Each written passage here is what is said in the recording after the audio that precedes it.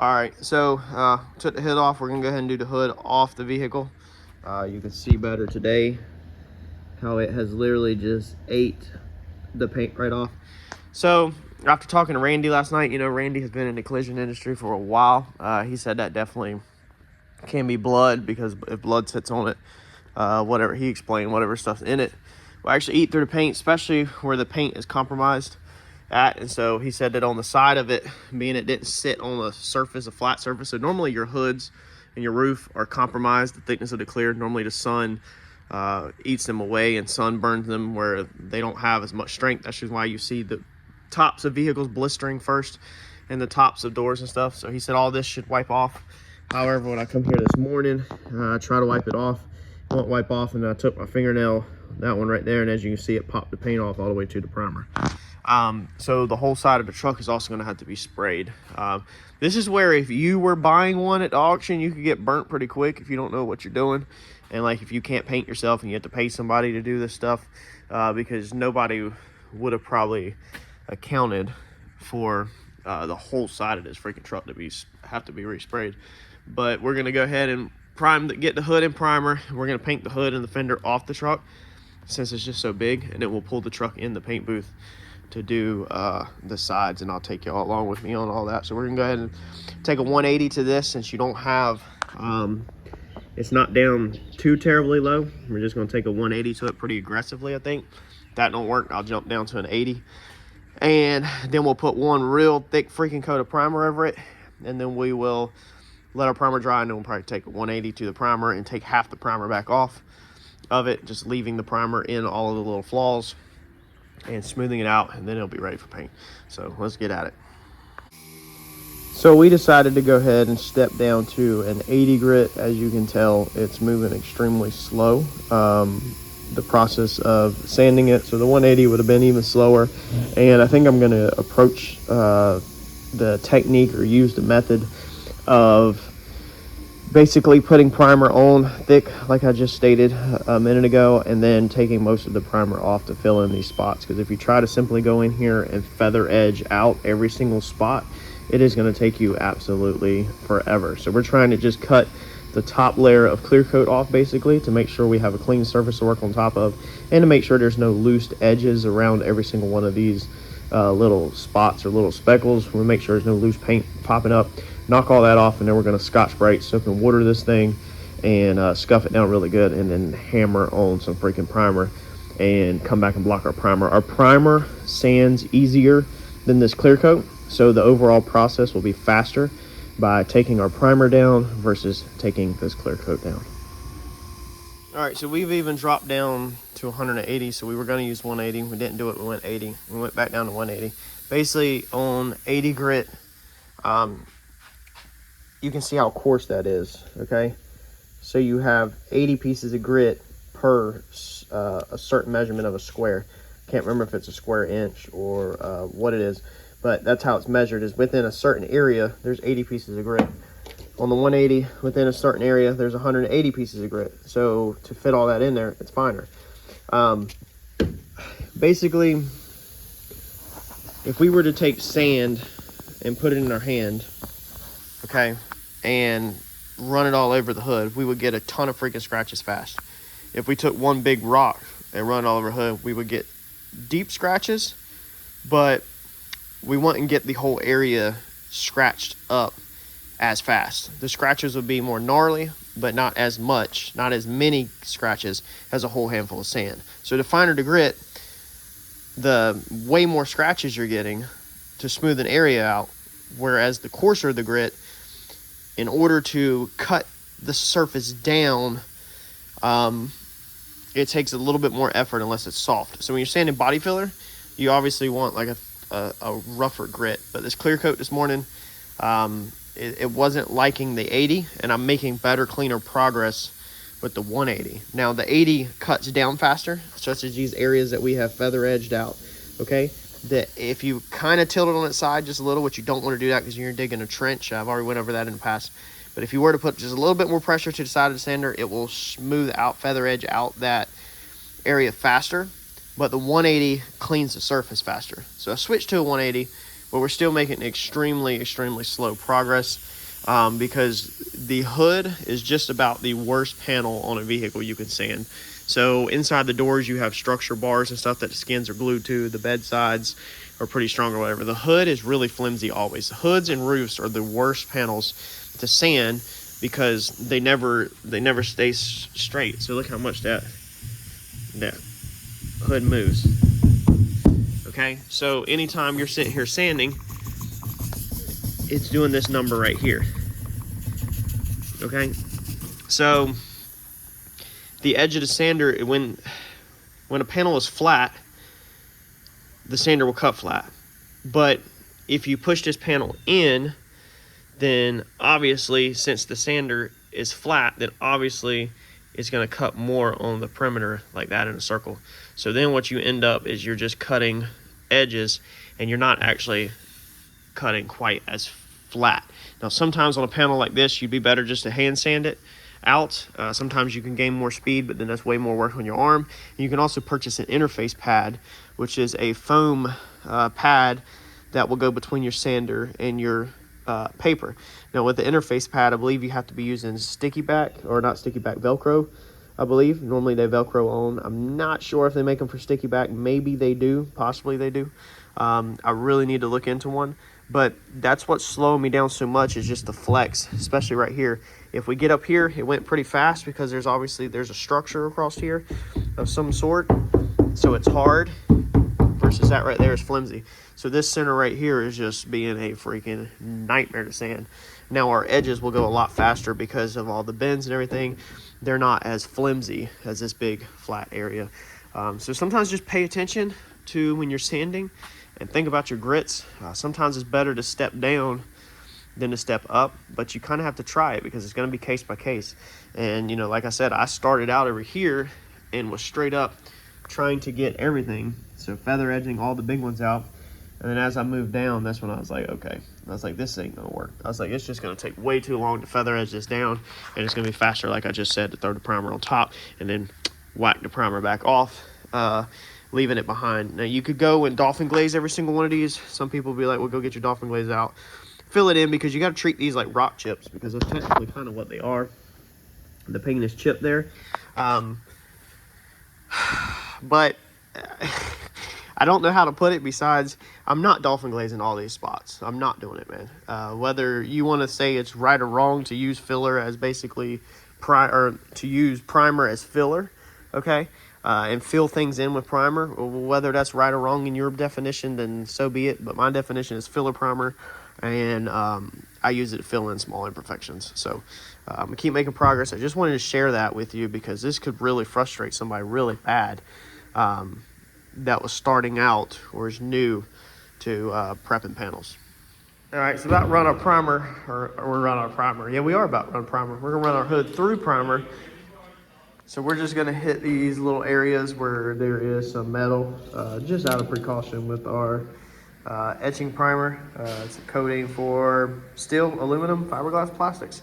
So we're just gonna put a little bit on there, and then we're gonna roll just like that. And we're gonna roll straight over this with a 2K primer with a hardener in it, really thick. I'm gonna go ahead and warn you that if you are sensitive to incorrect painting techniques and it bothers you and stuff like that, you probably want to go ahead and exit out this video right now, because we are going to load some 2K primer on a little thicker than it is intended to be loaded on. So this could be a sensitive topic for some people.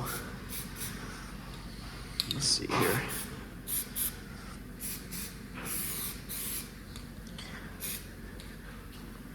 And the purpose of this rattle can primer, again, if you haven't watched other videos, is just to use the chemical that is in like an etching primer to just help bite into that metal so we don't get release or failures later, hopefully. Now, we have sanded everything out, smoothed everything with 180. There's a lot of these spots like this that the paint is not feathered out. There's some that it is feathered like that, but especially when you get into the hood like this, where it's not feathered. All the loose stuff is knocked off. It's been sanded, pressure washed, and all that, but you can still feel it where these are not feather edged out. That's feather edged. Okay, all of this over here is feather edged. That's why it looks like that. for the most part. But even some of this, which this is really kind of on top. I guess that paint's gone there. This has been a really tough one to sand. This is probably one of the toughest ones I've ever done, because I've never dealt with blood splatter all over a hood, and I had no clue that it would eat paint like it did. But basically the best way to summarize this, if you're doing one, is this is like dealing, or to understand it, is this is like dealing with 100 million freaking rock chips. So everywhere there's a black dot or it's feather edged out is basically like a rock chip, because the paint is literally gone all the way down to the metal.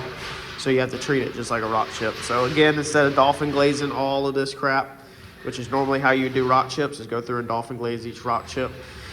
Or you would use another product that's called like slick sand, which is really thicker stuff. You can do that too. I'm just simply not gonna do it. I'm not going to a store and buying other products. I'm just gonna use a high build primer and let it build high. So let's roll. Right here is our product we're using, okay? And it says there's your mixing ratio, and it says apply 2 to 3 medium wet coats to achieve the desired film build.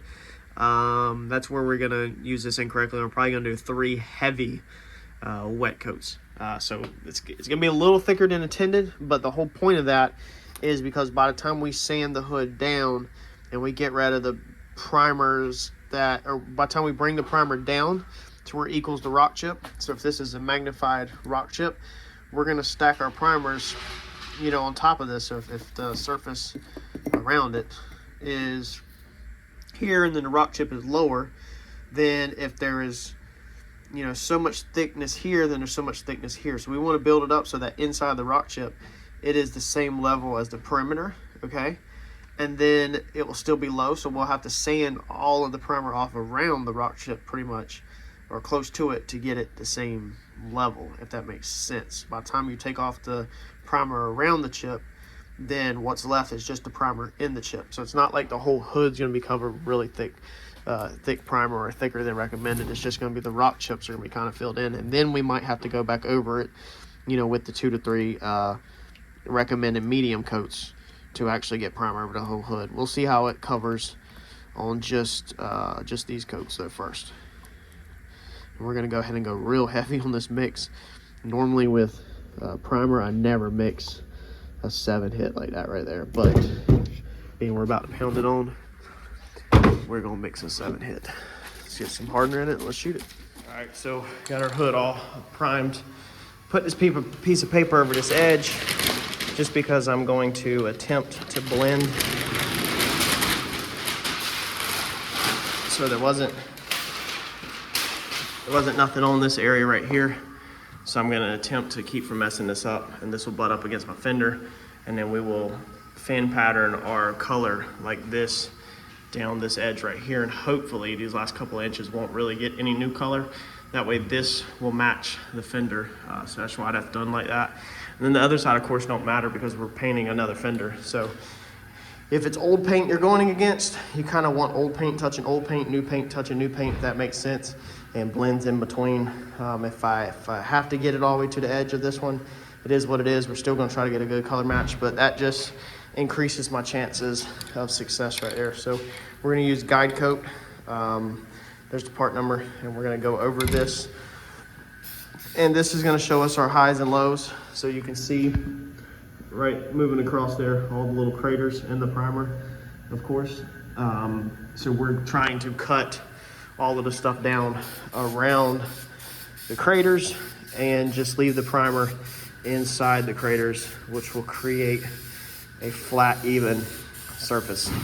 This guide coat will show you exactly where all the craters are as you're sanding, because of course the black color is going to stay inside of the low area, and your sander is just going to be taking off the high area. So this is how you get a finish that, especially like a panel like this that has so many flaws, this is how you make sure you get them all, is using guide coat. So we'll get this sprayed on.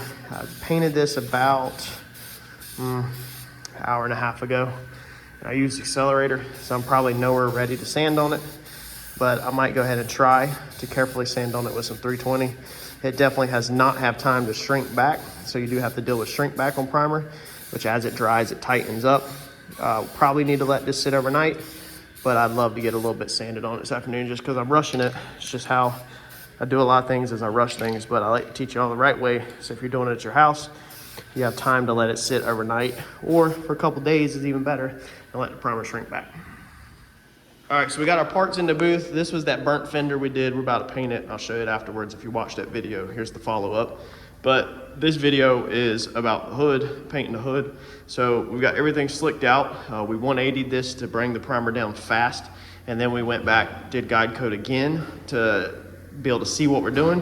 And then we hit it with 320 to get rid of most of the 180 marks. And there's still gonna be some 180 in there, I think, because I know the level that I sanded at. But overall, I think this thing turned out good. So this is gonna be my blend zone. I'm gonna try my best to not get it all over the side. You can't tape it because then you'll put a hard line. There's a couple tricks, before I say that, I have to disclose. There's a couple tricks where you can roll tape, use foam edge, all kinds of tricks to not get a hard line. But in this situation, I promise it's not worth it. Just blow your paint like that, hopefully not getting on the side. Or after you do it, go back and wet sand it off before you do your metallics, because we're gonna drop a black VAP seal first. So let's rock and roll. I'm gonna get these painted out, and then I'll show y'all how they turn out. Being this is not a how-to paint video, this is just a how-to repair video. All right, so I figured real fast before I laid it clear that I'd go ahead and show y'all the blend, just so when this final product is done, you'll be able to see the blend. You can see that we did not paint none of this, so you can see how this is not colored, how all of that is colored, but we did not paint that little bit right there. We just blended into it. So we'll see what it looks like after it has clear all over it. Once this gets clear on it, it's gonna completely change the way that this right here looks. That's why you can still see the sanding marks in it, because it does not have base coat on it, whereas everything else does have base coat. All right, so we got the fender all sprayed out. This is, remember, this is the one that was burnt. We didn't change nothing, didn't switch fenders on y'all or anything crazy like that, because you always have somebody that don't leave it still. Our E-coat on the inside, and I think the thing turned out amazing for a burnt fender. It's got a little trash in it, but got all wet sand and buff out if you wanted to do it. I think that turned out freaking amazing. So hopefully this helps y'all if you are trying to save money and redo a fire damaged part, whether it's on your classic, your old school, or just your daily driver. You can definitely use them as long as they're not warped up too bad, and even if they are warped, you can straighten them, use some body filler, and repurpose them sometimes, but this one was not warped, it's just burnt the paint off. So here's our hood. I think it turned out really, really freaking good for what it is. Now this thing could be cut and buffed and improved tenfold, but for a pickup truck that this thing's going on, there's no issues at all. This is our blend area, so hopefully that will match excellent whenever we get it on the truck. There's trash in it and little tiny pinholes in it. I put it on pretty thick. I think I might have put it on a little too thick in this application because I have tiny, tiny, tiny pinholes where it's almost like it was gassing out, where it was just too much film on it at once. But once this thing's on the truck, you won't see any of that. We fixed our issue that we were worried about, and it's just, I think this is a success in my book, and this is a win and saved me from having to replace the whole hood.